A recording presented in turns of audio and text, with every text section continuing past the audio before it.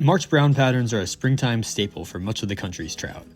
This version uses simple materials, is a quick tie, and is a deadly nymph you can feel confident fishing well into the season. To start, thread the appropriate size bead onto your hook, secure in your vise, and tie in your thread behind the head. We'll be using a size 16 version in your kit for this video.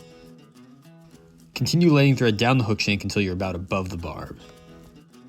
Our first material is a strip of pheasant tail fibers.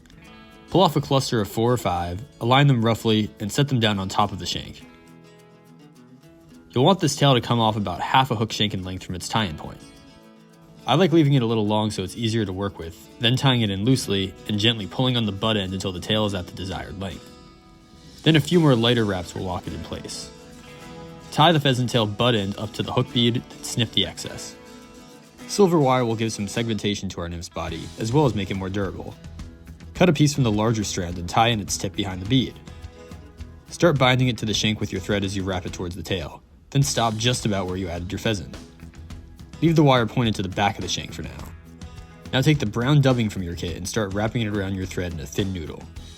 Work this thread and dubbing combo back up the hook shank towards the bead in tight, touching wraps, tapering in reverse so that there is a thicker dubbing layer near the head.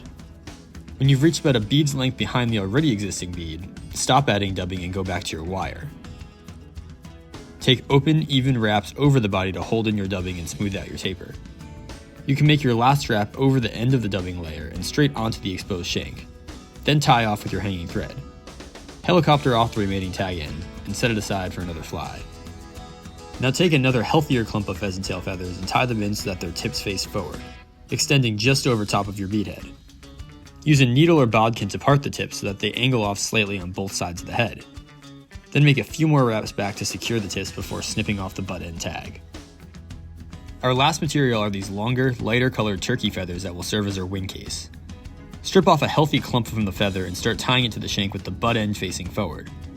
Make wraps so that the length of the tie down point mirrors what you did for the pheasant tail tips below it. Grab a little bit more dubbing and cover this tie down point with a thick layer to mirror the rest of the taper. Then take your turkey feather tag in and fold it forwards over to right behind the bead, doing your best to keep the pheasant tail tips angled towards the tail. When all of these fibers are where you want them, take wraps just behind the bead to tie in. Cut this tag and take a couple of more wraps to tie down as much exposed turkey tag as possible. Finally, make a few turns with your whip finisher and snip your thread. Add a bit of head cement to the wraps here. Your March brown is now ready to fish. Drop this off of a heavier nymph or straight off a March brown dry. As an earlier season pattern, I still fish these in trout wintering spots like slow runs and deeper pools, where fish are still looking for low effort meals. Happy spring fishing, and thanks for watching.